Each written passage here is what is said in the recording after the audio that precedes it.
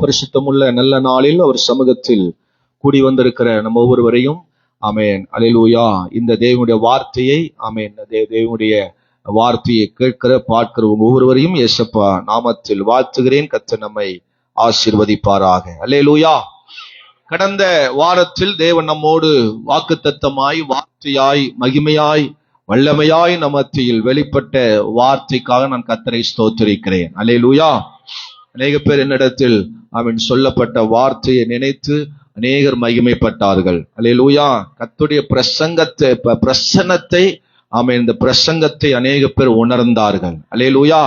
கர்த்தருடைய வார்த்தை அநேக பேரை கர்த்தர் தொட்டார். அல்லேலூயா. கர்த்தருடைய வல்லமை அநேக பேரை ஆமென் அல்லேலூயா தொட்டது. ஆமென் ஆமென். அந்த வார்த்தையின் தொடர்ச்சியாக சில விஷயங்களை கர்த்தரினோடு பேசுவாராக. 1 ராஜாக்கள் 19ஆம் அதிகாரம் அதனுடைய 19வது வசனத்தை மையப்படுத்தி ஆவியானவர் ஆமென் அல்லேலூயா பேச போகிறார். அல்லேலூயா. அப்படியே அவன் அவ்விடம் விட்டு புறப்பட்டு போய் 12 ஏர் பூட்டி உழுத சாப்பாத்தின் குமாரனாக எலிசாவை கண்டான். அவன் 12ஆம் ஏரை ஓட்டிக் கொண்டிருந்தான். எலியா அவன் இருக்கும் மட்டும் போய் அவன் மேல் தன் சால்வையை போட்டான். அல்லேலூயா சொல்லுங்க. ஆமா, 12ஆம் ஏர்.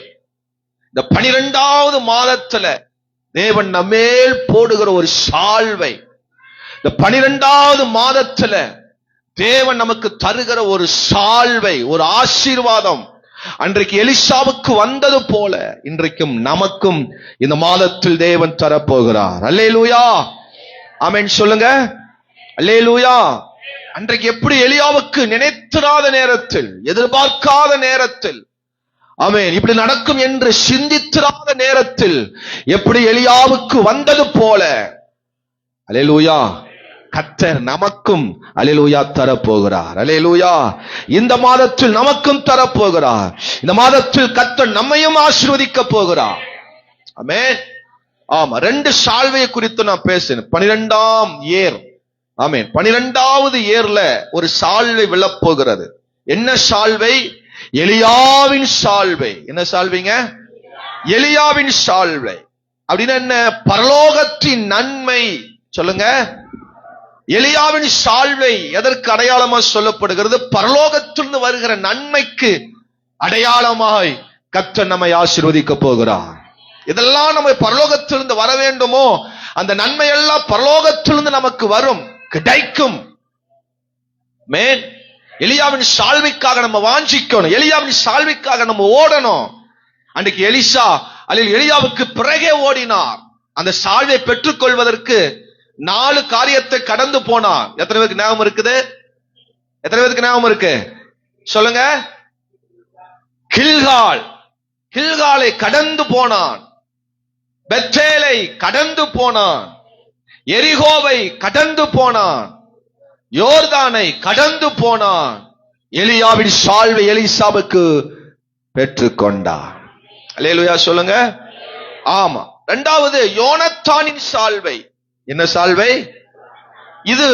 எந்த ஆசீர்வாதத்துக்கு ஒப்புமையா சொல்லப்படுது? பரிசுத்த ஐக்கியத்திற்கு ஒப்புமையா, ஆவிக்குரிய அன்பு, ஆவிக்குரிய ஐக்கியத்திற்கு ஒப்புமையா ஆவியானவர் பேசுகிறார். அல்லேலூயா சொல்லுங்க.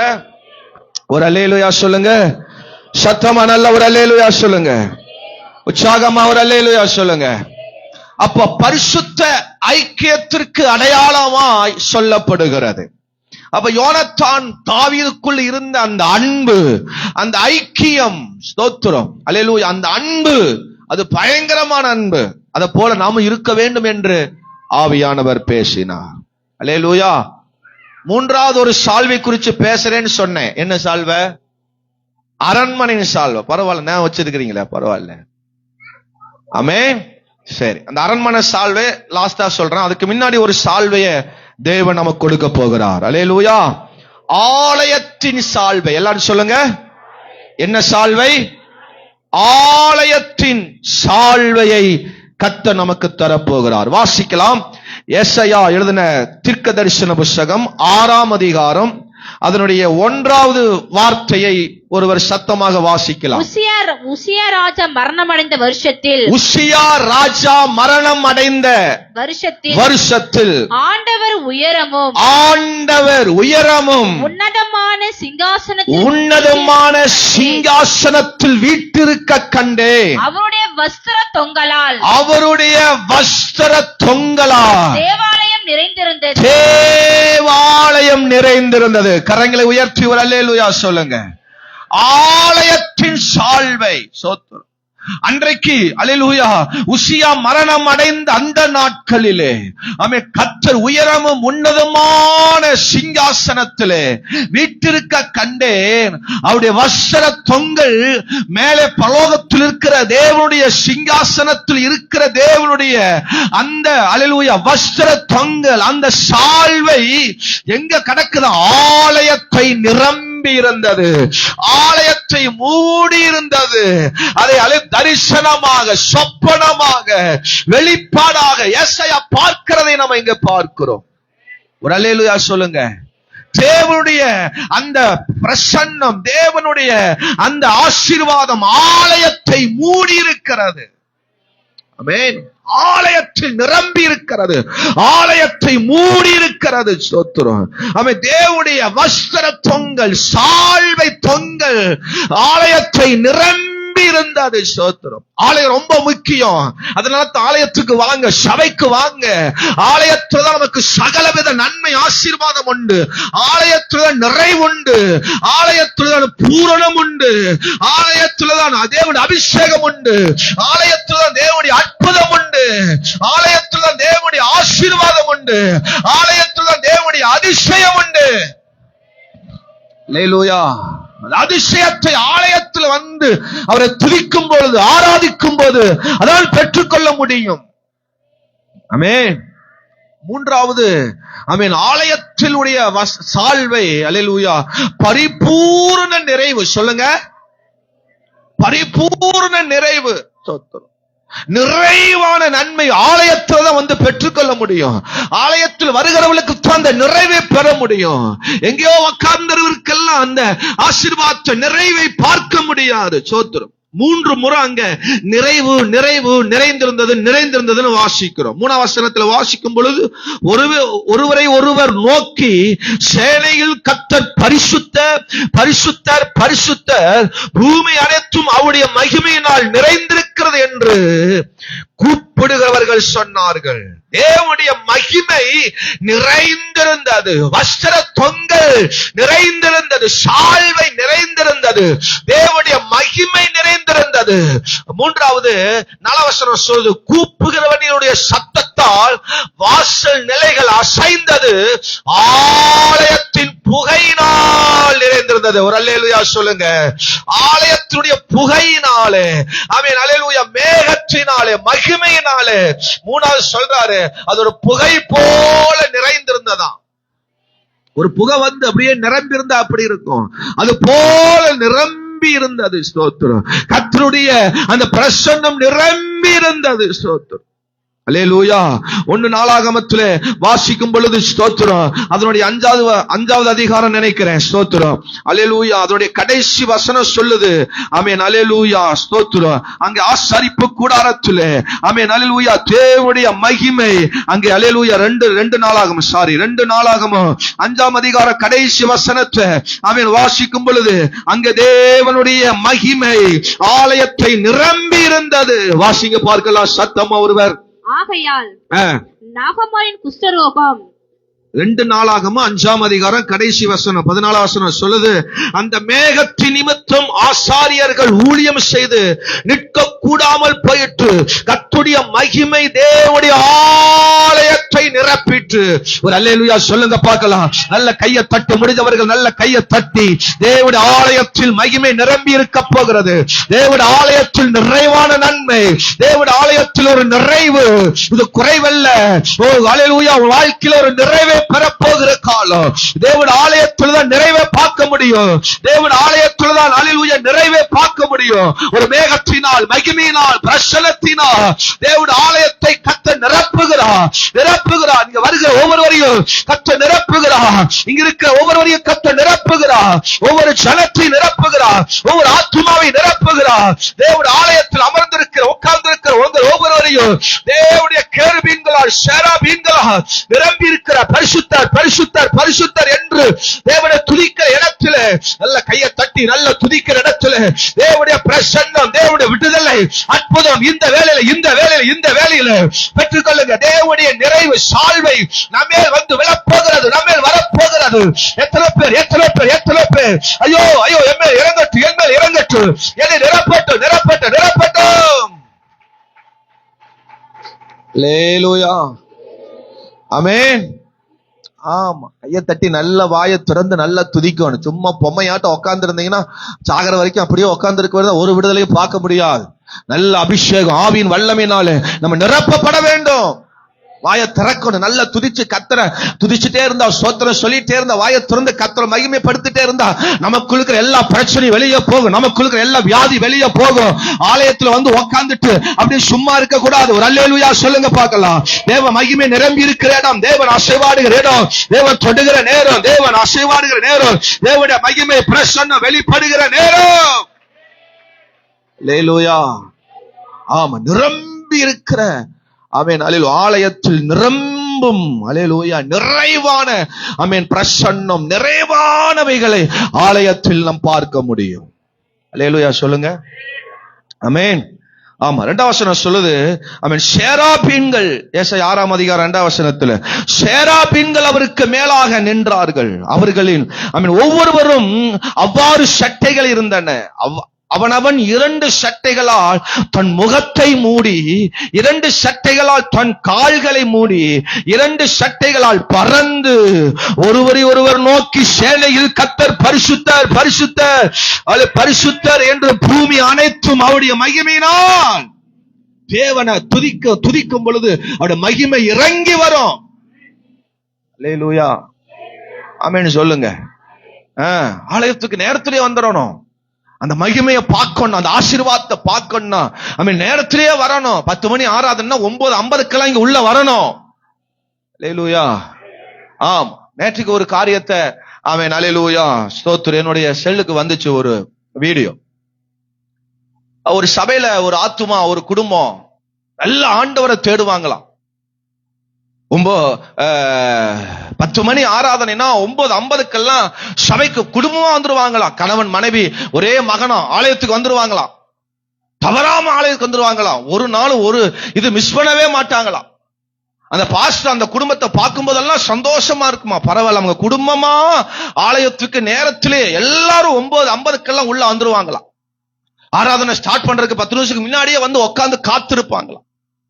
ஒரு நாள் ஆலயத்துக்கு வரும் பொழுது அவங்க கணவன் மனைவி மட்டும்தான் வந்தாங்களா, அவங்க மகன் வரலையா. பாஸ்டருக்கு ஒரு மாதிரி ஆயிடுச்சுன்னா, ஒவ்வொரு வாரமும் அவங்க கணவன் மனைவி பிள்ளைகள் எல்லாம் சேர்ந்து வருவாங்க. இன்னைக்கு என்ன மகனை காணுமே, கணவன் மனைவி மட்டும் தான் வந்திருக்கிறாங்க, ஒருவேளை பிள்ளை பின்னாடி வருவான் போல இருக்கு அப்படின்னு காத்திருந்தாங்களாம். பிள்ளை வரல, கணவன் மனைவி நல்லா ஆரம்பிச்சுட்டே இருந்தாங்களாம். பாட்டு ஆராதனை முடிஞ்சிச்சு, சாட்சி முடிஞ்சது, ஆமென் காணிக்க முடிஞ்சது, பிரசங்கம் பயங்கரமா போயிட்டு இருக்குது. பிரசங்கம் முடிஞ்சு கடைசியில ஜெபிக்கிற நேரத்துல ஒரு சின்ன பேப்பர்ல எழுதி வைக்கப்பட்ட ஒரு சீட்டை வந்து முன்னாடி வந்துச்சான், வந்து யாரோ கொடுத்தாங்களாம். அதை எடுத்து வாசிக்கும் பொழுது அதுல என்ன எழுதி இருந்ததுன்னா, அதுல அந்த ஒழுங்கு ஆராதனைக்கு வர்றாங்க பாருங்க, அந்த சகோதரி பேரை எழுதி ஆமென் நான் இப்ப 2 நிமிஷம் சாட்சி சொல்லணும் அப்படின்னு சொல்லி எனக்கு வாய்ப்பு கொடுங்கன்னு சொல்லி ஒரு சீட்ல எழுதி கொடுத்திருந்தாங்க. உடனே அந்த பாஸ்டர் அந்த சிஸ்டர் கூட்டு, வாமா என்னமா சொல்ற சொல்லுமா அப்படின்னு. உடனே அந்த சிஸ்டர் சொன்னாங்களாம், இந்த கூட்டம் முடிஞ்சு எல்லாரும் என் வீட்டுக்கு வரணும் அப்படின்னு சொன்னாங்களாம். என்ன சொன்னாங்களா? எல்லாரும் என் வீட்டுக்கு, கூட்டம் முடிஞ்சு எல்லாரும் என் வீட்டுக்கு வரணும் அப்படின்னாங்க. அப்புறம் எல்லாருக்கும் ஒரே ஆச்சரியம், எதுக்கு வரணும் நாங்க, ஏன் வரணும் அப்படின்னு எல்லாம் ஆச்சரியமா பார்த்தாங்களாம். உடனே சொன்னாங்களாம், என் மகன் காலையில மரித்து போனான், அடக்கம் பண்ணுவதுக்கு எல்லாரும் வாங்கன்னாங்களாம். ஹலோ, என்ன புரிஞ்சது? என்ன புரிஞ்சது? பையன் காலைல மரித்து போனா, அவன் வீட்டுல அப்படியே வச்சுட்டு எங்க வந்துட்டாங்க, சபைக்கு வந்துட்டாங்க. இதே நம்மளா இருந்தா என்ன பண்ணிருப்போம்? பெரிய வீச்சு அருவாளை தூக்கிட்டு, பாஸ்டர் உங்களை கொல்லாம விட மாட்டேன், சபையை நிறுத்துறீங்களா, ஆராதனைய நிறுத்துறீங்களா இல்லையா? இப்ப நிறுத்துங்க. முதல்ல எங்க போகணும்? அடக்காராதனைக்கு போகணும். அவங்க 2 பேரும் பாருங்க, தாய் தகப்பனு அவங்க மகனை வீட்டிலேயே வச்சுட்டு அப்படியே ஆலயத்துக்கு வந்திருக்காங்க. உண்மை நடந்ததுங்க. ஆராதனையெல்லாம் முடிச்சுட்டு, அடக்காராதனை முடிச்சுட்டு பாஸ்டர் அந்த குடும்பத்தை பார்த்து கேட்டாங்களாம், என்னமா பையன் மரிச்சு போன பையனை கூட நீங்க எந்த காரியத்தை செய்யாம அவன் கூட இல்லாம நீங்க விட்டு போட்டு ஆராதனைக்கு வந்தீங்களே, ஏன் அப்படி செஞ்சீங்க அப்படின்னு அவங்க சொன்னாங்களாம், என் பையன் மரித்து போனா அவனை பரலோகத்துல போய் நான் மீண்டும் அவனை பார்ப்பேன். ஆனா இயேசுவை இன்னைக்கு என்னால பார்க்காம இருக்க முடியாது. இன்னைக்கு நான் இயேசுவை மிஸ் பண்ணேன்னா இந்த வாரம் முழுவதும், நாள் முழுவதும் ரொம்ப கஷ்டப்படுவேன். அந்த இயேசுவை தான் எனக்கு முக்கியம், பையனை விட இயேசுதான் முக்கியம் அப்படின்னாங்களாம். ஹலோ, ஆமென் சொல்லுங்க. நம்மையும் அப்படி யோசித்து பாருங்க. நம்ம எப்படி, எந்த அளவுக்கு நம்ம ஆண்டவர் மேல, ஆலயத்து மேல எந்த அளவுக்கு நம்ம வைராக்கியமா இருக்கிறோம். தேவன் யாரை முழுமையாய் பிரசன்னமாய் ஆசீர்வதிப்பார், யாரை முழுமையாய் தேவன் ஆசீர்வதிப்பார், அவருடைய அந்த சட்டைகள் அடித்து, கேருபீன்கள் சேராபீன்கள் அவர்கள் அல்லேலூயா சட்டை அடித்து 2 சட்டைகளால் தன் முகத்தை மூடி, 2 சட்டைகளால் கால்களை மூடி, 2 சட்டைகளால் பறந்து வந்து அல்லேலூயா தேவ ஆலயத்தில் இறங்கி வந்தாங்க. தேவனுடைய ஆலயத்தில் நிற்கிறதை அவர்கள் பார்த்தாங்க. இதுதான் தேவனுடைய பிரசன்னம் நிற்கிற ஒரு ஆலயம். தேவனை தேடி வருகிற அந்த வாஞ்சை, அந்த நிறைவை நம்ம பார்க்க முடியும். ஒரு அல்லேலூயா சொல்லுங்க பார்க்கலாம். ஒருவர் கர்த்தரை உயர்த்தி ஆராய்ச்சி கொண்டே இருந்தாங்க, துதிச்சு கொண்டே இருந்தாங்க. அங்கதான் தேவனுடைய நிறைவு வரும். வேடிக்கை பார்க்க கூடாது. ஆமென் அல்லேலூயா. தேவன் ஆராதிக்க நேரத்தில் ஆராதனை மட்டும்தான் செய்யணும். தேவனை பார்க்கணும், பிரசன்னத்தை பார்க்கணும், நிறைவை பார்க்கணும். அப்படிங்கிற அந்த வாஞ்சை, தாகம் மட்டும்தான் நமக்குள்ள வந்துகிட்டே இருக்க வேண்டும். அல்லேலூயா. சபைக்கு வந்தா வேடிக்கை பார்ப்பது, அங்க பார்ப்பது, இங்கே பார்ப்பது, அங்கே திரும்புவது, கண்ணை மூடுறதில்ல, வாயை திறக்கிறது இல்ல. ஆமென் அல்லேலூயா. வாஞ்சியா, சந்தோஷமா தேவனிடத்துல கேட்கிறது இல்ல. ஆமென். தாகமா, விருப்பமா, அபிஷேகத்தை, ஆவின் பிரசன்னத்தை, உணர்வ, வல்லமைய, விடுதலைய கேட்கறது இல்ல. சும்மா வந்து நின்னுட்டு நேரத்தை போக்கிட்டு ஆராதனையை கழிச்சுட்டு போயிட்டு இருக்கிறோம். அல்லேலூயா. எலும்பி நிக்கிற நேரத்தை எலும்பி நிக்க முடியறது இல்ல. ஆமென். முழங்கால் அது போடுற நேரத்துல முழங்கால் போட முடியல. கையை தட்ட நேரத்துல கையை தட்ட முடியல. அவன் கையை தூக்குற நேரத்துல கையை தூக்க முடியல. எப்படி தேவன் நமக்கு நிறைவாய் வருவா? தேவ பிரசன்னத்தை எப்படி நீங்க பெறுவீங்க? இந்த ஆலயத்தில் இருக்கிற தேவ சால்வை எப்படி நீங்க பெற்றுக்கொள்ள முடியும்? வாஞ்சையோடு, தாகத்தோடு அவர் ஒருவர் நோக்கி பரிசுத்தர் பரிசுத்தர் பரிசுத்தர் என்று அவரை மகிமைப்படுத்திக் கொண்டிருக்கும் போது அந்த மகிமையில் பிரசன்னம் அங்க இறங்கி வந்தது. அல்லேலூயா. ஆஞ்ச தாகம் இன்னைக்கு ஆலயத்தை விடக்கூடாது, தேவ பிரசன்னத்தை விட்டுறக்கூடாது. இன்னைக்கு அந்த இயேசுவை நான் பார்க்காம விட்டுறக்கூடாது என்கிற அந்த வாஞ்சை, இன்னைக்கு விடுதலை பெறாம நான் இன்னைக்கு இந்த இடத்தை விட்டு போகக்கூடாது அப்படிங்கிற அந்த வாஞ்சை நமக்குள் வர வேண்டும். அல்லேலூயா. அங்க என்ன நடந்துச்சு தெரியுமா? தேவனுடைய சால்வை அங்க வந்துச்சு அந்த ஆலயத்துல. தேவனுடைய வஸ்திர தொங்கல் அந்த ஆலயத்தின் மேல மூடி இருந்தது, நிறைந்திருந்தது. என்ன நடந்துச்சுன்னு பாருங்க. 5ஆம் வசனத்தை வாசிங்க.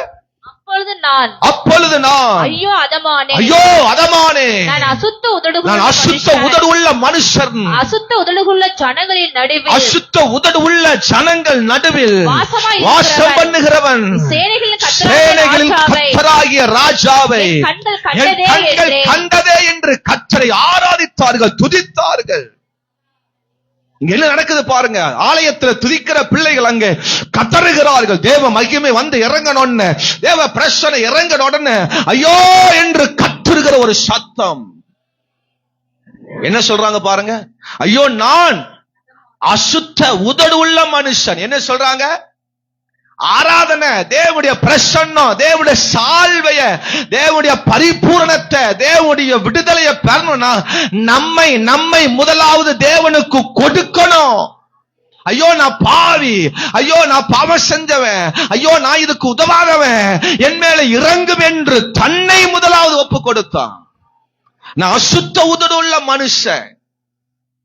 அல்லேலூயா சொல்லுங்க. ஆலயத்துல வந்து சொல்ல முடியுமா உங்களால? ஆண்டவரே நான் போய் பேசினேன், நான் கெட்ட வார்த்தை பேசினேன், நான் திட்டுனேன், நான் கோபப்பட்டேன், நான் எரிச்சல் பண்ணேன், நான் அவன் மேல சண்டை போட்ட ஆண்டவரே அப்படின்னு யாராவது ஆராதிப்பீங்களா? எல்லாம் ஒரு மாதிரி உட்கார்ந்து இருக்கிறீங்க. அப்படி நம்மளால சொல்லி இதுதான் ஆராதனை. ஆண்டவரே நான் சண்டை போட்டப்பா அப்படி சொன்னா பாருங்க, நான் அசுத்த உதடு உள்ளவன் அவன். அப்பதான் மேல இறங்கி வர்றா, அப்பதான் அவனை தொட்டார். யார் தன்னை தேவனுக்கென்று உண்மையாய் ஒப்பு கொடுக்கிறார்களோ அவர்களுக்கு தான் அந்த சால்வையை கர்த்தர் கொடுக்க விரும்புகிறார். அந்த அபிஷேகத்தின் சால்வையை தர விரும்புகிறார். அல்லேலூயா. காலையில சண்டை கட்டிட்டு வந்துட்டு பயங்கரமா ஆராதிப்பாங்க சிலர். காலையில பயங்கரமா சண்டை கட்டிட்டு ஆவியில் நிரம்பி துள்ளுவாங்க. என்ன ஆவின்னு தெரியல. ஆமான்னு சொல்லுங்க. அதனால சில டைம் நான் கீபோர்டு ஆஃப் பண்ணிடுவேன். ஆராதனை டைம்ல சில டைம் கீபோர்டு ஆஃப் பண்ணி சும்மா ஆராதிக்க விடுறது. அதனால தான் பேய் கூட அப்படிதான் பண்ணும். சோத்திரம். அல்லேலூயா. ஆமே. கோயில்ல நிறைய அந்த இதெல்லாம் இந்த மேல தாளங்களை அடிச்ச உடனே பயங்கரமா எல்லாம் துள்ளுறாங்க பாருங்க. அதை அடிக்க நிறுத்தி பாருங்க, ஒருத்தன் துள்ளாது. ஆமே. ஹலோ. பயங்கரமா ஆடி அம்மா வருது, ஆமா எனக்கு அம்மா வந்துருச்சு, எனக்கு ஆமா ஆத்தா வந்துருச்சு அப்படின்னு சொல்றாங்க பாருங்க. அடிக்கிறத நிறுத்தி பாருங்க. ஹலோ. ஆமே. சில டைம்ல பேய்க்கு இது அடிக்கிறது ரொம்ப கொண்டாட்டமா இருக்கும், அவனுக்கு ஒரு குதூகலமா இருக்கும். அதனாலேயே பேய் வந்து ஆடும். தேவனுடைய மகிமை உன்னை வந்து தொடணும், நம்மை தொடணும், நம்ம நாவை தொடணும், நம்முடைய வாழ்வில் அபயங்களை தொடணும் தேவன். அதுதான் சால்வை, அதான் சால்வையின் அபிஷேகம், அதான் சால்வையினுடைய நிறைவு. தொடணும். ஆராதனைக்கு வந்துட்டா ஏதோ ஒன்று என்னை தொடணும். சும்மா வந்துட்டு அப்படியே போறதில்ல. அல்லேலூயா. ஆமே. இன்னைக்கு என்னை ஏதோ ஒன்றை தொட்டிருக்கணும். இந்த பலிபீடத்தில் என்னை நான் தருகிறேன், இந்த பலிபீடத்தில் ஏதோ ஒன்று என்னை டச் பண்ணணும், தொடணும். ஹலோ. அப்படி எத்தனை பேர் ஆலயத்துக்கு வரோம், அப்படி எத்தனை பேர் வரோம். ஐயோ எந்த டிஸ்டர்ப் இருக்கக்கூடாது, யாரும் என்னை பத்தி பேசிடக்கூடாது, நான் அப்படியே போகணும், ஆடாம குலுங்காம அவன் எதையும் பண்ணாம நான் பாட்டுக்கு அப்படியே பொம்மையா போயிட்டு பொம்மையா வந்துடும். அதனால தான் டெய்லி நம்மளே பொம்மையா இருந்துட்டு இருக்கிறோம். ஹலோ. இங்கே அசுத்த உதடு உள்ள மனுஷன் நான். முதல்ல தன்னை ஒப்பு கொடுக்கிறார், நான் அசுத்த உதடு உள்ளவன். இரண்டாவது சொல்றாரு, அசுத்த உதடு உள்ளவர்கள் மத்தியில் நான் வாசம் பண்ணுகிறவன். நம்ம என்ன பண்றோம் தெரியுமா? மாத்தி போடுறோம். ஆண்டவரே நான் கெட்டு போன உலகத்துக்குள்ள இருக்கிறாப்பா, ஆண்டவரே நாட்டமான உலகத்துக்குள்ள இருக்கிறப்பா, என்னமோ நம்ம பரிசுத்தமா இருக்கிற மாதிரி. அல்லேலூயா. ஆமென்னு சொல்லுங்க. உன் புருஷன் பீடி குடிக்கிறான், புகை விடுறார், நீ ஏதோ ஒரு வகையில் நீயும் புகை விடுற. புழுகாணி புகையா இருக்கலாம், பொய் புகையா இருக்கலாம், மற்ற மேல எரிச்சலா இருக்கிற புகையா இருக்கலாம். அவர் அந்த புகையை விடுறார், நீ இந்த புகையை விடுற, அவ்வளவுதான் வித்தியாசம். ஆமேன வரமாட்டேன். ஹலோ. அவருக்கு நமக்கு என்ன வித்தியாசம்? ரட்சிக்கப்பட்டவர்களுக்கு ரட்சிக்கப்படாத என்ன வித்தியாசம்? ஒரு வித்தியாசம் இல்ல. அதுக்குதான் தேவ ஆலயத்தில் வந்து தன்னை ஒப்பு கொடுத்து பலியாக தேவன் நிறைவை பெறணும். அதுக்குதான் அந்த தேவ ஆலயத்தின் சால்வையை கர்த்தர் நம்ம மேல போடுகிறார், நிரப்புகிறார். அந்த சாலையை கொண்டு வந்து நம்ம மேல போடுறார். இதை பெற்றுக்க, நீ பரிசுத்தமாய் மாறுவ, நீ சுத்தமானாய் மாறுவ, நீ உண்மை உள்ளவனாய் மாறுவ, நீ நேர்மை உள்ளவனாய் மாறுவ, நீ உன்னை பார்க்கிற அநேகர் ஆச்சரியப்படும் வகையாக நீ மாற முடியும். இங்கிருந்து போகும் பொழுது உன்னை எல்லாரும் வித்தியாசமாய் பார்க்கணும். உன் பேச்சு, உன் நட, உன் செய்கை எல்லாம் வித்தியாசமாய் மாறணும். அதுதான் தேவ ஆலயம். இது சாதாரண இடம் இல்ல, இது சாதாரண இடம் இல்ல. இங்க வந்துட்டு வெளியே போகும் பொழுது ஒரு பெரிய விடுதலையோட தான் போகணும். அந்த சால்வை தான் கர்த்தர் உன் மேல போடுறாரு இன்னைக்கு இந்த காலை வேளையில.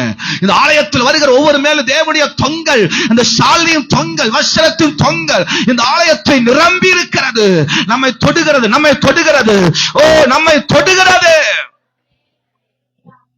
முதல்ல தன்னை ஒப்புக்கொடு, வார்த்தையினால சொல்லு, நான் அதை செஞ்சுட்டேன், நான் அப்படி பண்ணிட்டேன், நான் அப்படி பேசிட்டேன், நான் அதை செஞ்சுட்டேன், இந்த மாதிரி நடந்துட்டேன், இந்த மாதிரி நடந்துட்டேன். தேவனுக்கு தன்னை ஒப்புக்கொடு, உன்னை கர்த்தர் பரிசுத்தமாய் சூப்பரா அல்ல நிறைவாய் மாற்றிடுவார்.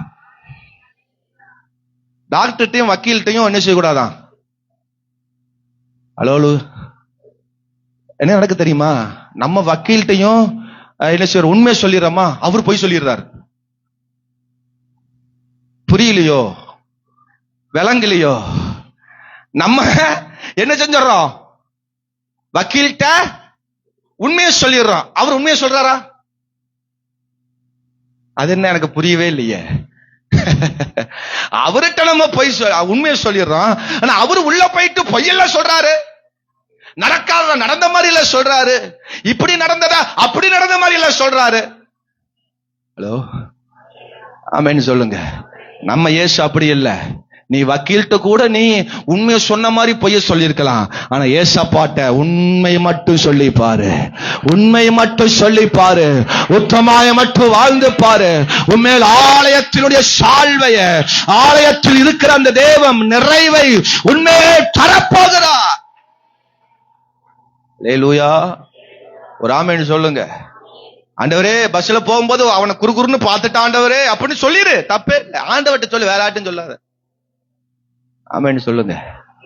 ஆண்டவரே, நான் பைக்ல போகும்போது ஆண்டவரே அவன் நல்ல கலரா அப்படியே போனா நான் அழக நல்லா பார்த்துட்டா ஆண்டவரே சொல்லு, தப்பு இல்ல. ஆண்டவரை மன்னிப்பாரு, உன் பார்வையை மாற்றுவாரு. என்ன ஆமென் வர மாட்டே? அல்லேலூயா சொல்லுங்க. பக்கத்து வீட்டுக்காரன் எப்பவுமே நான் பார்த்து பார்த்து பார்த்து பார்த்து ரசிக்கிற ஆண்டவரே, கர்த்தர் மாற்றுவாரு. இதுதான் தேவ ஆலயத்தின் நிறைவு, பிரசன்னம். இந்த சால்வை அதுக்குத்தான் நம்மளை மாற்று, நம்மளை உருமாற்று, வேறு மனுஷனாய் மாற்றும். 1 சாமுவேல் 10ஆம் அதிகாரம் அவன் 9ஆம் வசனமா அவன் வாசிக்கும் போது சொல்றார், அல்லேலூயா, தேவ ஆவி அவன் மேல் வந்த உடனே அவன் வேறு மனுஷனாய் மாறினான். எப்படி மாறினானா? வேறு மனுஷனாய் மாறினானா. கர்த்தருடைய அபிஷேகம், தேவனுடைய அந்த சால்வை நம்ம மேல் வந்த உடனே அவன் வேறு மனுஷனாய் மாற்றிரும்.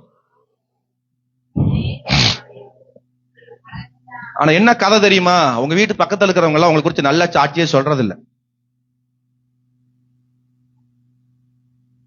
உங்க சொந்தக்காரங்க இருக்கிறாங்க, கூட பிறந்தவங்க சொந்தக்காரங்க, அவங்க உங்களை குறிச்சு நல்ல சாட்சி சொல்றது இல்ல. நம்மளை குறிச்சு நல்ல சாட்சி சொல்றது இல்ல.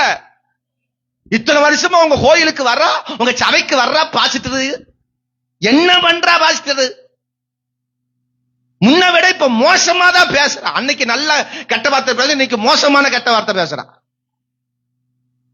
அன்னைக்கு லைட்டா தான் முறைப்பா, இன்னைக்கு பயங்கரமா முறைக்கிறான். அன்னைக்கு லைட்டா தான் சண்டை போடுவா, இன்னைக்கு பயங்கரமா ஏறி மிதிச்சே சண்டைக்கு போய் வர்றான். ஹலோ, மாறணும், மாறணும். இந்த சால்வை அதுக்குத்தான். ஒரு சாந்தம் உள்ள, ஒரு அமைதல் உள்ள ஆவியை கர்த்தர் நம்ம ஒருவருக்கு தருவாரா? சாட்சி உள்ள வாழ்வை கர்த்தர் நமக்கு தருவார். பல பேர் நம்மளை குறித்து நல்ல சாட்சி சொல்லணும். மெயினா பக்கத்து வீட்டுக்காரன் சாட்சி சொல்லணும். ஹலோ, இங்க இந்த வீதியில் இருக்கிற எல்லாரும் என்னை குறிச்சு கேளுங்க. இந்த பாஸ்ட் எப்படின்னு கேட்டு போங்க போகும்போது. ஹலோ, என்னை குறிச்சு ஒரு கேடும் வரக்கூடாதான் இது வரைக்கும் நான் வாழ்ந்துட்டு இருக்கேன். அல்லேலூயா சொல்லுங்க. சத்தமா ஒரு அல்லேலூயா சொல்லுங்க. நல்ல சாட்சி வரணும் நம்ம இருக்கிற இடத்துல, வாழ்ற இடத்துல. ஏன்னா தேவனுடைய நிறைவை, வல்லமையை பெற்ற பிள்ளைகள், இயேசுவின் பிள்ளைகள். ஆலயத்துக்கு வர்றோம், என்ன நடக்கு? ஐயோ, நான் பெரிய ஆண்டவர், நான் உண்மையா இருக்கிறோம்ப்பா, நான் அப்படி ஜெபிக்கிறேன், இப்படி ஜெபிக்கிறேன், பைபிளை இப்படி புரட்டி அப்படி புரட்டி இப்படி திருப்பி தான் படிக்கிறான். அதெல்லாம் வேண்டாம், அப்படிலாம் வேண்டாம். நான் வியாழக்கிழமை வர்றேன், வெள்ளிக்கிழமை வர்றேன், செவ்வாழைக்கிழமை வர்றேன், ஆமா சனிக்கிழமை வர்றேன், நைட்டு வர்றேன், காலையில வர்றேன், சட்டியை புரட்டுறேன், குண்டாவை புரட்டுறேன், ஆமா அதை கன்ற இதை. தேவனுக்கு என்ன தெரியுமா? அப்பா நான் பாவின்னு வந்து பாருங்க. பரிசுத்த உலகத்துல யாருமே கிடையாது. உண்மையா தேவ சமூகத்தில் அர்ப்பணிங்க. அன்னைக்கு ஏசாயா சொல்றா, அசுத்த உதடு உள்ள மனுஷன். நம்மளாதான் சொல்லியிருப்போம், ஆண்டவரே வந்துட்டீங்களா, நான் யார் தெரியுமா, இந்த ஆனமலையிலே நான் தான் உத்தமமான விசுவாசி. ஹலோ, அப்படி சொல்லல ஏசாயா. அப்பா நான் அசுத்த உதடு உள்ளவாப்பா, இந்த மகிமைக்கு நான் பாத்திரன் அல்ல, இந்த பிரசனத்துக்கு நான் பாத்திரன் அல்ல, என் மேல் இறங்கட்டுமே. அப்படி சொன்ன உடனே அப்படியே அந்த சால்வைய அப்படியே ஆண்டவர் அப்படியே பறந்து கொண்டு வந்து ஏசாயா மேல போடல. என்ன செஞ்சார் தெரியுமா? அக்னியில வெந்துட்டு இருக்கிற ஒரு கம்பிய உள்ள விட்டு சொருகி நல்ல கம்பிய காய்ச்சின கம்பிய கொண்டு வந்து நாக்கில வச்சு இழுத்துட்டார். அடுத்த வசனத்தை வாசிங்க, 6ஆம் வசனத்தை வாசிங்க. அப்பொழுது சேராபீன்கள் ஒருவன் பலிபீடத்திலிருந்து தன் கையிலே பிடித்த குறட்டால், தன் கையில் பிடிக்கிற ஒரு குறட்டால் ஒரு நெருப்பு தழலை எடுத்து என்னிடத்தில் பறந்து வந்து அதனால் என் வாயை தொட்டு. என்ன நடந்துச்சு? கம்பிய கொண்டு வந்து வாயில வச்சு இழுத்துட்டார். அந்த காலத்து தாய்மார்கள் அப்படிதான் பண்ணுவாங்க. பசங்க சேட்டை பண்ணாங்கன்னா கம்பி பழுத்துரும்.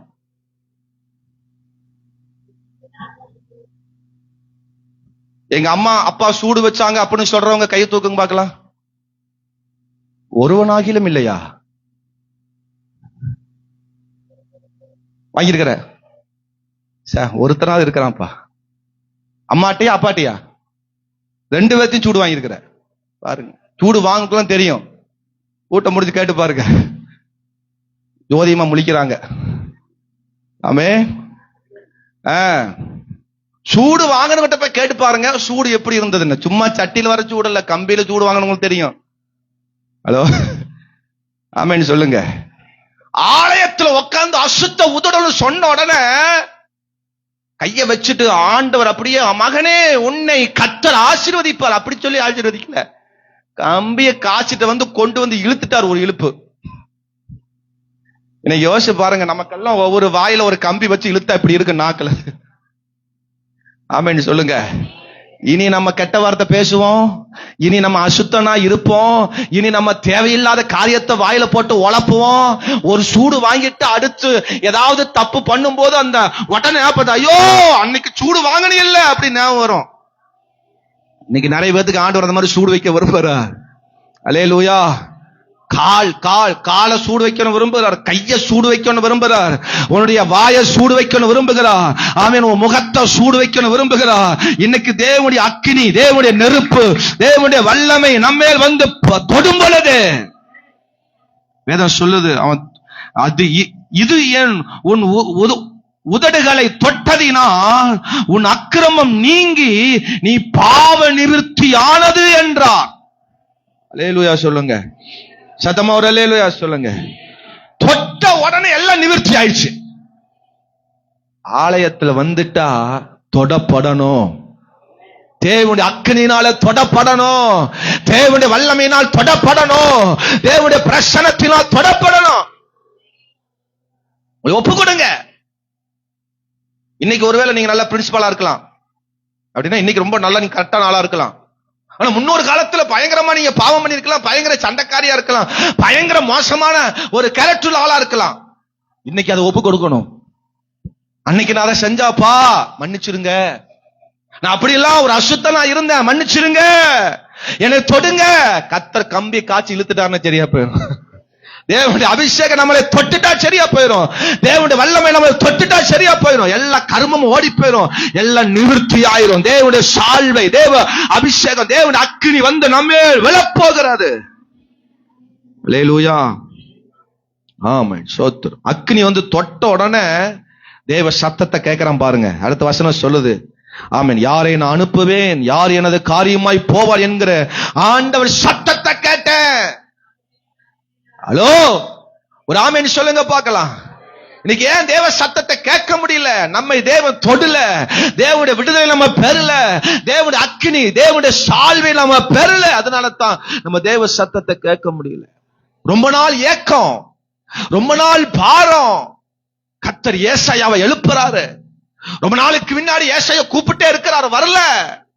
இன்னைக்கு தேவன் வந்து ஏசாயாவை தொட்ட உடனே, தேவனுடைய ஆலயத்தில் வந்து தேவன் தொட்ட உடனே இப்ப சொல்றார், தேவ சத்தத்தை நான் கேட்டேன். இந்த டைம் காதுல நல்ல சூடு எண்ணெயை காய்ச்சி ஊத்தணும் போல இருக்கு. நிறைய பேருக்கு காது கேட்க மாட்டேங்குது, தேவ சத்தத்தின் காது மட்டும் கேட்க மாட்டேங்குது, தேவனுடைய வார்த்தையின் சத்தம் மட்டும் கேட்க மாட்டேங்குது, தேவனுடைய அந்த வார்த்தை மட்டும் இன்னைக்கு யாருக்கு காதுக்குள்ள போக மாட்டேங்குது. அவன் சொல்றது, இவன் சொல்றது, ஆத்தா சொல்றது, ஆட்டுக்குட்டி சொல்றது, மாட்டுக்குட்டி சொல்றது எல்லாம் கேட்குது. தேவன் சொல்றது மட்டும் கேட்க மாட்டேங்குது, தேவனுடைய வார்த்தை மட்டும் கேட்க மாட்டேங்குது. அல்லேலூயா. ஒரு ஆமென் சொல்லுங்க. இயேசு கிறிஸ்து ஏற்றுக்கொண்டதுனால, இயேசு கிறிஸ்துவோட வாழ்ந்ததுனால என் வாழ்க்கை இப்படி மாறிடுச்சுன்னு யாரால என்னதான் சொல்ல முடியுமா? சொல்ல முடியுமா? சும்மா மேலாப்புல அல்லேலூயா மனம் திரும்பினது மட்டுமல்ல, உள்ளுக்குள்ள உங்க வாழ்வு குணங்கள் மாறி இருக்கணும். கர்த்தர் அந்த அல்லேலூயா அக்கினியினாலே அவனை தொட்டார், தேவ சத்தத்தை கேட்டார். இன்னைக்கு நிறைய பேர் செவிட்டு விரியன போல பாம்பாட்டி எவ்வளவுதான் வினோதமா ஊதினாலும் அதை கேட்க கூடாதபடிக்கு தன் செவிட்டை அடைக்கிற செவிட்டு விரியனை போல நீங்க இருக்க வேண்டாம் என்று ஆண்டவர் சொல்றார். ஆமென். தேவ சத்தம் கேட்கிறவங்களா இருக்கணும், தேவ சத்தத்துக்கு கீழ்ப்படியவங்களா இருக்கணும். ஒரு அல்லேலூயா சொல்லுங்க. ஆமா, ஒரு அம்மா இப்படி கேட்டாங்க என்கிட்ட, பாஸ்டர் நான் இத்தனை வருஷம் எத்தனையோ சபைக்கு போனேன் பாஸ்டர், எத்தனையோ ஆலயத்துக்கு போனேன், ஆனா எதுவுமே எனக்கு பிடிக்கல. இப்ப ஆண்டவர் என்னை சரியான ஒரு ஆலயத்துக்கு கொண்டு வந்திருக்கிறாரு, அது அபிஷேகம் உள்ள ஒரு சபைக்கு, நல்ல அபிஷேகம் உள்ள ஒரு பாஸ்டர் எனக்கு கொண்டு வந்திருக்கிறாரு. அதனால எதை செஞ்சாலும் உங்ககிட்ட கேட்டுத்தான் நான் செய்வேன். இத்தனை வருஷம் எப்படியோ நான் வாழ்ந்துட்டேன், இத்தனை வருஷம் எப்படியெல்லாம் நான் ஜீவிச்சுட்டேன், இனி நான் உங்க பேச்சு கேட்டுத்தான் நான் வாழணும். உங்க பேச்சு இல்லைன்னா அது இல்ல, நீங்க சொன்னா அதுதான் சரி, நீங்க இல்ல அப்படின்னா அது இல்ல. ஆமே ஆமே. தேவ சத்தம் கேட்கணும்.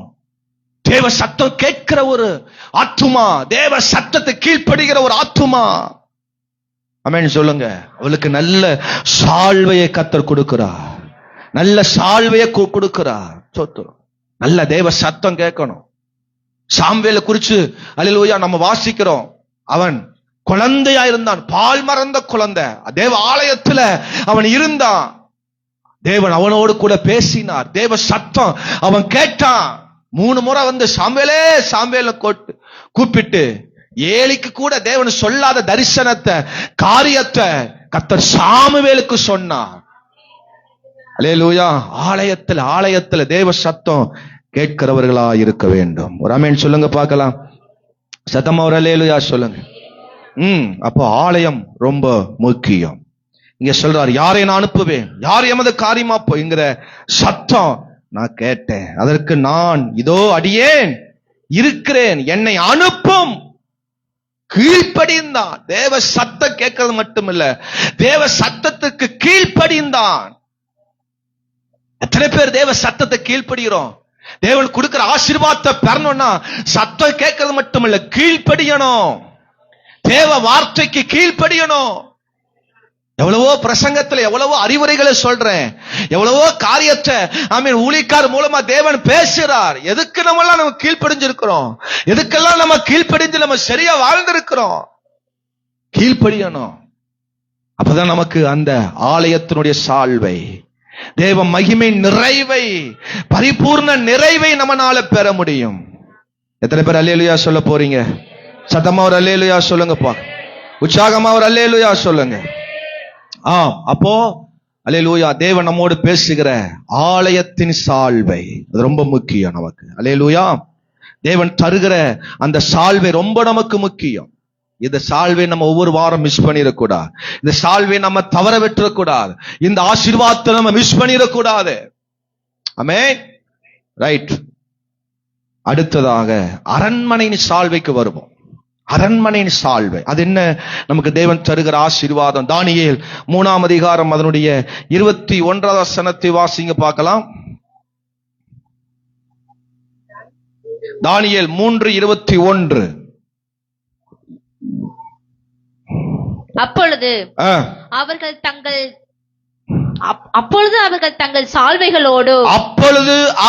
தங்கள் சால்வைகளோடும் நிசார்களோடும் பாகைகளோடும் மற்ற வஸ்திரங்களோடும் கட்டப்பட்டு எரிகிற அக்கினி சூளையின் நடுவிலே போடப்பட்டார்கள். எரிகிற அக்கினி சூளையிலே 20ஆம் வசனம் சொல்லுது, சாத்ராக் மேசாக் ஆபத்நேகோ என்பவர்களை எரிகிற அக்கினி சூளையிலே போடுவதற்கு அவர்களை கட்டும்படி தங்கள் இராணுவத்தில் பலசாலிகளாகிய புருஷர்களுக்கு கட்டளையிட்டார். அப்பொழுது அவர்கள் தங்கள் சால்வைகளோடு அவர்களை கட்டி எரிகிற அக்கினி சூளையில போட்டாங்களாம். அல்லேலூயா. இது ஒரு சால்வை. யார கட்டின சால்வை? தேவ பிள்ளைகளாகிய சாத்ராக் மேசாக் ஆபத்நேகோவை தேவனை ஆராதிக்கிற, தேவனை தொழுது கொள்ளுகிற, தேவனை நாமத்தை மகிமைப்படுத்துகிற, தேவனை விடாம வைராக்கியமாய் தேடுகிற அந்நிய தேசத்துல பாபிலோன்ல கூட சிறைப்பட்டு போன அந்த இடத்துல கூட தேவனை விடாம பிடித்த அந்த 3 பேர். வேதம் சொல்லுகிறது 3ஆம் அதிகாரம் முதல் பகுதி வாசிக்கும் பொழுது, நேபுகாத்நேச்சர் ஒரு பெரிய சிலையை உண்டாக்கி இந்த சிலையத்தான் வணங்கணும், இந்த பாபிலோன் மாகாணத்தில் இருக்கிற எல்லாரும் இந்த சிலையை மட்டும்தான் வணங்கணும்னு சொல்லி கட்டளையிட்டது மட்டும் இல்ல, யார் தேவனை ஆராதிக்கலையோ இந்த சிலையை வணங்கலையோ அவர்களை எரிகிற அக்கினி சொல்ல போடுவேன் என்று இவர்களை பாதுகாக்கிறதுக்கு சில பேரை ஏன் நியமிச்சு வச்சுட்டான். இப்படிப்பட்ட நேரத்துல தேவ பிள்ளைகள் அந்த பொற்சிலையை வணங்காம தேவனை மட்டும்தான் ஆராதிச்சாங்க. அதனால என்ன நடந்துச்சு? இவளுக்கு தண்டனை வருது. கவனிங்க, இவளுக்கு என்ன வருது? தண்டனை வருது. எரிகிற அக்கினி சொல்லி என்ன செய்யணும்? தூக்கி போடணும். ஆனா அது போடுவதற்கு எதை வச்சு கட்டினாங்களா? எதை வச்சு கட்டினாங்க? ஷால்களை வச்சு கட்டினாங்க. துணி, அந்த ஷால்களை வச்சு என்ன செஞ்சாங்க? கட்டினாங்க. இந்த ஷால்வை எங்கிருந்து வந்திருக்கும்? இவங்க அடிமையிலா கொண்டு வரப்பட்டவங்க. இவங்க கையில எந்த துணியும் என்ன செஞ்சிருக்காது, நிச்சயமா இருந்திருக்கா. இப்போ இந்த ஷால்களை எங்கிருந்து கொண்டு வந்திருப்பாங்க? இப்படி முழிக்கிறீங்க. அரண்மனையிலிருந்து, ராஜா வீட்டிலிருந்து ஷால் வந்திருக்கும். இவங்க கையில ஒண்ணுமே கட்டுறதுக்கு ஒண்ணுமே இல்ல. அப்ப ராஜா அரண்மனையிலிருந்து ஷால்களை கொண்டு வந்தா யார் கற்றா? பலசாலிகள், ராணுவத்தில் பயங்கர பலசாலிகளை கொண்டு வந்து இந்த ஷால்கள் எல்லாம் கட்டுறாங்க. இந்த சால்வை, அரண்மனை இருக்கிற சால்வை எப்படி இருக்கும்? எப்படி இருக்குங்க? நல்ல விலை உயர்ந்ததா இருக்கும், நல்ல கெட்டியா இருக்கும், நல்ல பாதுகாப்பா இருக்கும். நம்ம வாங்குறது 100 ரூபாய் 150 ரூபாய்க்கு வாங்குறோம் சோத்திரம். அவன் வாங்குறது 5000 10,000 ரூபாய்க்கு வாங்கியிருப்பான், 1 லட்சத்துக்கு கூட வாங்கியிருப்பான். ஆமென். அது நல்ல ஸ்ட்ராங் உள்ளதா இருக்கும், நல்ல பலன் உள்ளதா, குளிர் நீக்கிறதா இருக்கும், தீ அண்டாதா இருக்கும், எதுவுமே அவர்களை பாதிக்காதா இருக்கும். அப்படிப்பட்ட நல்ல ஷால்களை, நல்ல ஷால்கள் கொண்டு வந்து அவரை கட்டுறாங்க. ஆமென். 27ஆம் வசனத்தை வாசிங்க. தேசாதிபதிகளும் அதிகாரிகளும் தலைவரும் ராஜாவின் மந்திரிகளும் கூடி வந்து அந்த புருஷருடைய சரீரங்களின் மேல் அக்னி பலஞ்செய்யாமலும், அந்த 3 பேருடைய சரீரத்தின் மேல் அக்னி பல செய்யாமலும், அவர்களுடைய தலைமயிர் கருகாமலும், அவருடைய தலைமயிர் கருகாமலும், அவர்களுடைய சால்வைகள் சேதப்படாமலும், அவளுடைய சால்வைகள் சேதப்படவில்லை. ஒரு அல்லேலூயா சொல்லுங்க பார்க்கலாம். அவருடைய சால்வைகள் சேதப்படவில்லை. ஆமென். எந்த சால்வை? எந்த சால்வை? அரண்மனை சால்வை. யாருடைய சால்வை? எதிரிகளின் சால்வை. இது யாருடைய சால்வை? பகைஞரின் சால்வை.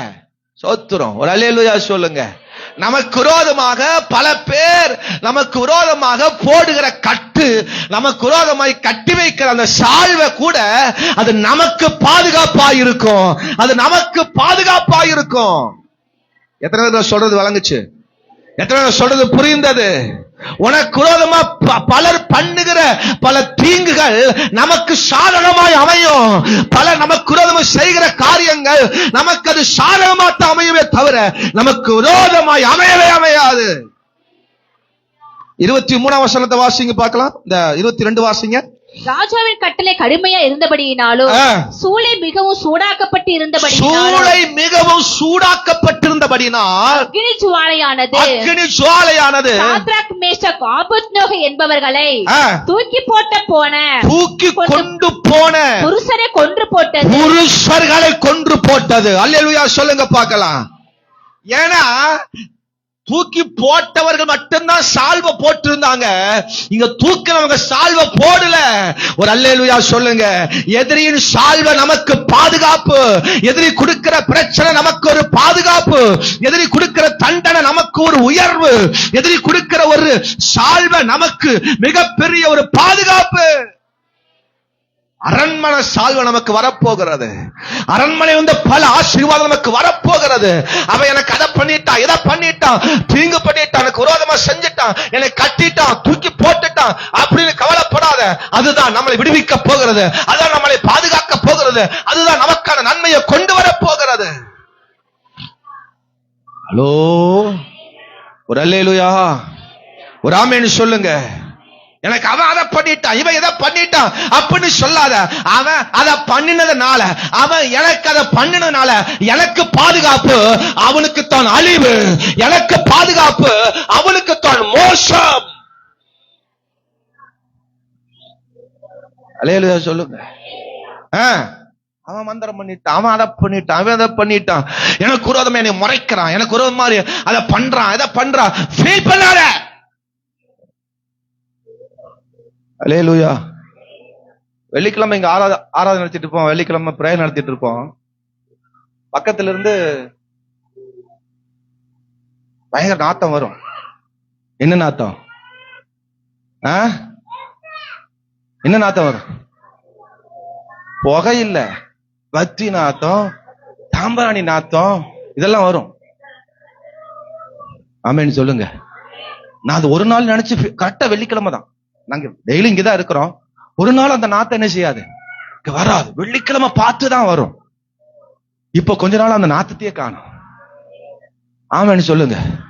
அதனால சத்தை இடிச்சு நாங்க கொண்டு போய் 10 தெருவுக்கு தள்ளி கொண்டு போய் பிரசவாஸ்பத்திரிக்கு தள்ளி அந்த சைடு கொண்டு போய் அந்த மண்டபத்தை தள்ளி போய் கட்டல. ஆமென் சொல்லுங்க. அல்லேலூயா சொல்லுங்க. பயப்பட வேண்டிய அவசியம் இல்ல. நமக்கு விரோதம் வருகிறவன், அவன் ஒரு வழியா வருகிறவன் 7 வழியா பிச்சுட்டு போக போறான். அல்லேலூயா சொல்லுங்க. சத்தமா ஒரு அல்லேலூயா சொல்லுங்க. நம்ம யாரை கண்டு பயந்து ஓட வேண்டிய அவசியம் இல்ல. எலிக்கு பயந்து கூரையை எரிக்க வேண்டிய அவசியம் சேதம் நமக்கு தான். ஆகவே நீ அப்படி பயந்து செய்ய வேண்டாம். எலிக்கு ஒரு புரிய வை, எரிக்கு ஒரு விஷத்தை வை, எரிக்கு ஒரு பிரசனத்தை போடு, அபிஷேகத்தை போடு, ஓடும் அல்லது சத்து போகும். ஆமென் சொல்லுங்க. எதிரிக்கு பயந்து ஓட வேண்டாம். அவன் பாருங்க, வேணுனே அவனை தூக்கி கட்டி அவனை தூக்கி தீயில போட்டான். ஆனா எதுல கட்டினானோ அந்த சால்வதான் அவங்களை விடுதலை தந்தது. அதுதான் அவங்க மேல பற்றுல. அரண்மனையில் இருக்கிற பொருள் எல்லாம் பயங்கர காஸ்ட்லி ஆனது. குண்டு துளைக்காத கார். ஆமென் சொல்லுங்க. ஆமா, அவங்க காம்பவுண்டுக்குள்ள யாரும் ஒரு ஈ காக்கா கூட போகாது. நம்ம வீட்டுக்கு எல்லா பேயும் வரும், அவங்க வீட்டுக்கு எதுக்கும் போகாது. அவ்வளவு பாதுகாப்பா இருக்கும். ஆமென் வர மாட்டேங்குது. அல்லேலூயா. ஆனா அவங்க விட்டு அரண்மனையில் இருக்கிற அந்த சால்வை வந்தது இவங்களை போத்துனதுல, அந்த சால்வையில ஒரு தீ படல, ஒரு மனம் அவங்க மட்டும் வீசல, அக்கனி மனம் வீசல, அது சேதமாகல. அந்த சால்வை. அல்லேலூயா. நான் எப்படி சொல்ல போறேன், இது இப்படி சொல்றேன். அது எதிரி நமக்கு கொடுக்கிற கவசம், எதிரி நமக்கு கொடுக்கிற அந்த தீங்கு, எதிரி நமக்கு கொடுக்கிற ஆபத்து, அதான் நமக்கு கவசமாய் மாறப்போகுது, அதான் நமக்கு பாதுகாப்பாய் மாறப்போகுது, அதான் நமக்கு விடுதலையா மாறப்போகுது. தூக்கி போட்டவர்களை அக்கினி பத்தினது, ஆனா தூக்கி போட்டவர்களை ஒன்னும் பண்ணல. தீக்குள்ள விழுந்தவங்களை, சேதத்துல விழுந்த ஒன்னும் பண்ணல. நின்னு சாதித்து காட்டணும். அதுக்கு தான் கர்த்தர் இந்த சால்வையை கொடுக்கிறார். எதிரி நமக்கு விரோதமா கொடுக்கிற ஒவ்வொரு காரியமும் நமக்கு முன்னாடி நின்னு காட்டணும், ஜெயித்து காட்டணும். ஓடப்படாது. ஓடுனீனா நீ ஓடிட்டே இருக்க வேண்டியதான். நின்னு சாதிச்சு காட்டணும். அதுதான் கர்த்தர் விரும்புகிறார். அப்படிப்பட்ட சால்வையை தான் கர்த்தர் கொடுக்க விரும்புகிறார். அப்படிப்பட்ட சால்வையை தான் கர்த்தர் நமக்கு தர விரும்புகிறார். பாதுகாப்பின் சால்வை, அது நமக்கு உயர்வின் சால்வை, அது நமக்கு பலனுள்ள சால்வை. அல்லேலூயா சொல்லுங்க. அரண்மனையில் இருந்து சில வேதத்துல சில சம்பவங்களை சொல்ற கவனிங்க. எந்த அரண்மனை யோசேப்புக்கு பிரச்சனை கொடுத்ததோ அதே அரண்மனையில தான் யோசேப்பு இப்ப அதிகாரியா உட்கார்ந்து இருக்கிறான். ஆமென் சொல்லுங்க. எந்த அரண்மனை இவன் பாவி, இவன் வேசி அப்படின்னு அரண்மனையில இருந்து தான் தண்டனை வந்துச்சு. அரண்மனையில இருந்து தான் சிறையில தூக்கி போட்டாங்க. அரண்மனையில இருந்து தான் பல தண்டனை கொடுத்தாங்க யோசேப்புக்கு. அதே அரண்மனை தான் இப்ப தூக்கி உட்கார வச்சு சொல்லுது, நீ இந்த அரண்மனைக்கு எல்லாத்துக்கும் அதிகாரி நீதான்ப்பா, என்னை தவிர என் சம்சாரத்தை தவிர எல்லாம் உனக்குரியது. அல்லேலூயா வரமாட்டேங்குது. சத்தமா ஒரு அல்லேலூயா சொல்லுங்க. நம்ம ஊர்ல இருக்கிற எல்லா கவுண்டர் மாதிரி வரப்போறாங்க. ஃபாதர் வாங்க, இந்த வீட்டை நீங்க எடுத்துக்குங்க, இந்த காரை நீங்க எடுத்துக்குங்க, இந்த காரை உங்க மனைவி கொடுத்துக்குங்க, இந்த காரை உங்க பாஸ்டமா கொடுத்துக்குங்க. என்ன ஆமேன்னு வர மாட்டேங்குது. சேத்துமல்ல ஒரு 10 ஏக்கரா இருக்குது, நீங்க வச்சுக்குங்க. உடைகுளத்துல ஒரு 3 ஏக்கரா இருக்கு, அதை நீங்க வச்சுக்குங்க. இது ஆலயம் கட்டுங்க, இது உங்க விசுவாசிகளுக்கு வீடா கட்டி கொடுத்துருங்க. என்ன ஆமேன்னு வர மாட்டேங்குது. அல்லேலூயா வர மாட்டேங்குது. ஆமென் சொல்லுங்க. வேட்டைக்காரன் முதல்ல பயங்கரமான ஆளுகளா இருக்கிறாங்க. சோத்திரம். கர்த்தர் அவங்கள தொட போகிறார். அல்லேலூயா. கிறிஸ்துவுக்கு விரோதமா, சபைக்கு விரோதமா எலும்புகள் ஓடி வர போறாங்க. பாஸ்டர் பாஸ்டர் இதை எடுத்துங்க, அதை எடுத்துங்க, இதெல்லாம் உங்களுக்கு, இதெல்லாம் உங்களுக்குரியது. கர்த்தர் உயர்த்துகிற காலம் வந்து விட்டது. அது நமக்கு பிரச்சனை அல்ல, அது நமக்கு பிரச்சனை இல்ல, போராட்டம் அல்ல, அது நமக்கு விடுதலை, அது நமக்கு விடுதலை, அது நமக்கு விடுதலை, அது நமக்கு விடுதலை. தானியேல் 3ஆம் அதிகாரம் கடைசி வசனம் சொல்லுது, பின்பு ராஜா சாத்ராக் மேஷாக் ஆபத்நேகோ என்பவர்களை பாபிலோன் தேசத்திலே உயர்த்தினான்.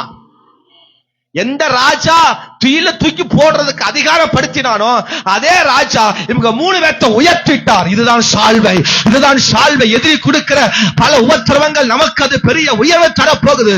இது நமக்கு மேன்மை தரப்போகிறது.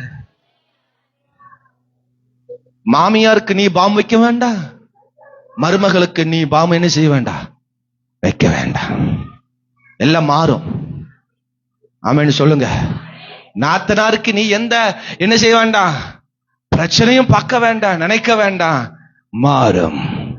அது நமக்கு சாதகமாய் மாறும், அது நமக்கு ஆசீர்வாதமாய் மாறும். எந்த இடத்துல அவமானப்படுகிறோமோ, எந்த இடத்துல நமக்கு ஆபத்தில் வைக்கிறாங்களோ அதே இடத்துல உன்னை கொண்டு வந்து உயர்த்தி வைக்கிற தேவனால் ஆகும். இப்ப சொல்றாரு 29ஆம் வசனத்துல சொல்றாரு, ராஜா இந்த தேவன் தவிர, அல்லேலூயா ஆமென் அல்லேலூயா, இவ்விதமாய் ரட்சிக்கத்தக்க தேவன் வேறு ஒருவரும் இல்லை என்று. ஆமென். இந்த தேவனுக்கு விரோதமா தூஷண வார்த்தை சொல்லுகிற எந்த ஜனத்தாலும், எந்த ஜாதியானும், எந்த பாஷைக்காரனும் துண்டித்து போடப்படுவான். யார் சொல்றா, யார் சொல்றா? நேபுகாத்நேச்சர் தான் சிலையை நிறுத்தி இது கும்பிடுன்னு சொன்னாரு, இல்லாட்டி தீ அக்கினினாரு. அதே ராஜா சொல்றாரு, இவங்க ஆராதிக்கிற தேவன், இவங்க தேவன் தான் தேவன், இவங்க ரட்சிக்கிற தேவன் தான் ரட்சகர் தேவன் என்று அந்த தேசத்தில் சொல்லத்தக்க ஒரு சால் வரப்போகுது. உனக்கு விரோதம் எழும்பின கூட்டம் எல்லாம் உன் பக்கத்தில் வந்து சார்ந்து வரப்போகுது. உனக்கு முன்னாடி எழும்பின ஆட்கள் எல்லாம் உனக்கு சாதகமாய் சால் போடுகிற காலம் வரப்போகிறது. உனக்கு சால் போத்துகிற காலம் வரப்போகுது. உன்னை உயர்த்துகிற காலம் வரப்போகிறது. சில விஷயத்தை சொல்லி முடிக்க போறேன். யோசேப்புக்கு அரண்மனையில் இருந்து வந்த எல்லா பிரச்சனையை விட அவனுக்கு ஒரு உயர்வு வருது பாருங்க. இதுதான் இதுதான் இதுதான் தேவன் நமக்கு தருகிற மிகப்பெரிய ஆசீர்வாதம். எந்த ராஜா தூக்கி சிறையில போட்டாரோ, எந்த ராஜா இவனுக்கு தண்டனை கொடுத்தாரோ அதே ராஜா மோதிரத்தை போட்டு அவனுக்கு கிரீடம் கொடுத்து அவனை கொண்டு போய் சிங்காசனத்தில் உட்கார வைக்கிறாரு. வீட்டுக்கு நீத அதிகாரி, தேசத்துக்கு நீத அதிகாரி என்று கர்த்தர் அவனை உயர்த்தினார். அல்லேலூயா சொல்லுங்க. எந்த இடத்துல நீ அவமானப்படுத்தப்பட்டையோ அதே இடத்துல, உங்க பட்டணத்துல, உங்க ஜாதிக்கு முன்னாடி, உங்க ஜனத்துக்கு முன்னாடி கர்த்தர் உன்னை உயர்த்துகிற நேரம் வந்து விட்டது. அவன் அதை பண்ணிட்டான், அவன் அதை பண்ணிட்டான்னு ஃபீல் பண்ணாத. கவனிங்க. எலியாவை கேரித்து ஆற்றங்கரையில ஆண்டவர் போக சொல்றார். ஏன்னா அங்க பஞ்சகாலம். எலியாதான் சொல்றாரு, ராஜாட்ட போய் சொல்றாரு, இந்த தேசத்துல நான் சொல்லாம மழை என்ன செய்யாது, வராது, பஞ்சம் வந்துருச்சு, இப்ப சாப்பிடறதுக்கு ஒண்ணு இல்ல, வழி இல்ல. ஆண்டவர் சொல்றாரு, நீ கேரித்து ஆற்றங்கரைக்கு போ, தண்ணி குடிச்சுக்க, நல்ல நீர் பாய்ச்சலான தண்ணி வருது, குடிச்சுக்க, உனக்கு அப்பத்தை நான் காக்கா மூலம் அனுப்புறேன்னாரு. இப்போ தேசம் எல்லாம் பஞ்சம், எங்கேயுமே என்ன இல்ல, அப்பமோ தண்ணீரோ எதுவுமே இல்ல. இப்ப காக்கா அப்பம் இறைச்சி கொண்டு வந்தது எங்க இருந்து வந்திருக்கும்? காக்கா சமையல் பண்ணி கடைக்கு போய் வாங்கிட்டு வந்திருக்குமா? என்னோட யோசனை கொஞ்சம் நீங்க எல்லாம் கொஞ்சம் பதில் சொல்லி நல்லா இருக்கும். இந்த காக்கா அப்பமும் இறைச்சி எங்க இருந்து கொண்டு வந்துச்சு? காக்கா எப்படி கொண்டு வருது? உணவுல எப்படி கொண்டு வருது? ஏதாவது வீட்டுல இருந்து எங்கேயாவது என்ன செஞ்சுட்டோம், தூக்கிட்டு வந்துடும். இந்த காக்காக்கு வேலைய இதான் வேலை. ஆனா இந்த காக்கா தேசமே பஞ்சம், தேசமே பட்டினியா இருக்கு, எங்கேயுமே சாப்பாடு கிடையாது, பஞ்சகாலம். சாரி பார்த்து வீட்டுல கூட கொஞ்சம் தான் இருக்குது, சட்டியை சுரண்டி சுரண்டி சுரண்டி மாவு ஊத்தி சாப்பிடுறான். ஆனா எங்கிருந்து இட்லி கொண்டு, எங்கிருந்து அப்பத்தை கொண்டு வந்திருப்பா, எங்கிருந்து இறைச்சி கொண்டு வந்திருப்பா? நான் சொல்லட்டுமா? அரண்மனையிலிருந்து கொண்டு வந்திருப்பா. எங்கிருந்து வந்திருக்கோம்? எல்லா வீட்லயும் பஞ்சமா இருந்திருக்கும், ஆனா அரண்மனையில மட்டும் பஞ்சம் இருந்திருக்காது. ஏன்னா அவங்க முன்னாடி சேஃப்டியா சேர்த்து வச்சிருப்பாங்க. நிறைய அவங்க தானியம் இருக்கும், கோதுமை இருக்கும், அவங்களுக்கு வேண்டிய எல்லா உணவு தானியங்கள் முதலியே ஸ்டாக்கா எல்லாம் இருக்கும். அங்க பஞ்சம் வரல. எங்கிருந்து வந்துச்சு? அரண்மனையில இருந்து. எல்லா இடத்திலும் பஞ்சம் வந்தாலும், எல்லா இடத்திலும் உனக்கு விரோதமா பல சூழ்நிலை மாறினாலும், நமக்காக கர்த்தர் அரண்மனையில இருந்து சூடா சூடா சூடா எல்லாம் நமக்கு தேவையானதை போஷிப்பார். கவலைப்படாத. அந்த சால்வை கர்த்தர் நிரப்புகிற அரண்மனையில இருந்து உனக்கான ஒரு அப்பம் வருது, குறைவில்லாம் வருது. நீ இருக்கிற ஜீவிய காலம் வரைக்கும் உனக்கு ஒரு குறை இல்ல. அடுத்த ஒரு சம்பவத்தை சொல்றேன். மொர்தெகாய் அரண்மனை வாசல்ல ஒரு வாசல் காவல் காக்கிற ஒரு வாட்ச்மேனா தான் இருக்கிறான். மொர்தெகாய் இவனை ரொம்ப அடிமைப்படுத்துறாங்க, ரொம்ப இவனுக்கு விரோதமாக இவனை அடக்கி உட்கார வச்சிருக்கிறாங்க.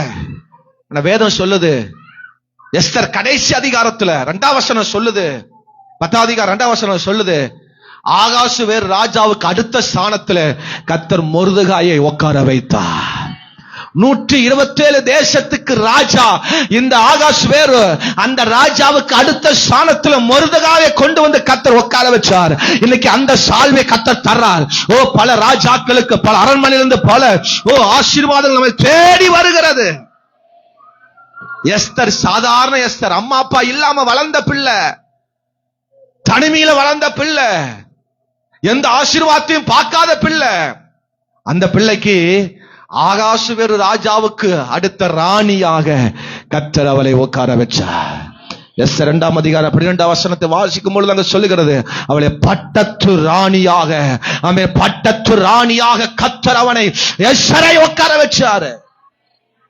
சாதாரண ஆளு, எனக்கு அம்மா அப்பா இல்ல, என்னை வளர்த்தவங்க இல்ல, எனக்கு சப்போர்ட் பண்றதுக்கு ஆள் இல்ல, எனக்கு அவங்க இல்ல இவங்க இல்லன்னு ஃபீல் பண்ணாத. உனக்காக அரண்மனையிலிருந்து பல உத்தியோகங்கள் வரப்போகிறது, உனக்கான பல மேன்மை வரப்போகிறது, உனக்கான பல உயர்வுகள் வரப்போகிறது. எல்லாரும் எளிமை நின்று நல்ல கையை தட்டி வாயை திறந்து ரா பா பா பா பா பா. 4வது அரண்மனை சால்வை, பாதுகாப்பின் சால்வை. நம்மை பல மடங்கு உயர்த்துகிற சால்வை வரப்போகிறது, பாதுகாப்பின் கவசம். 4வது தேவன் நமக்கு தருகிற ஆசீர்வாதம் பாதுகாப்பின் கவசம். அரண்மனை சால்வை என்பது பாதுகாப்பின் கவசம். உனக்கான பல பாதுகாப்பு வருகிறது. நல்ல கையை தட்டி வார்த்தைக்காக, தேவனுடைய வார்த்தைக்காக நல்ல கையை தட்டி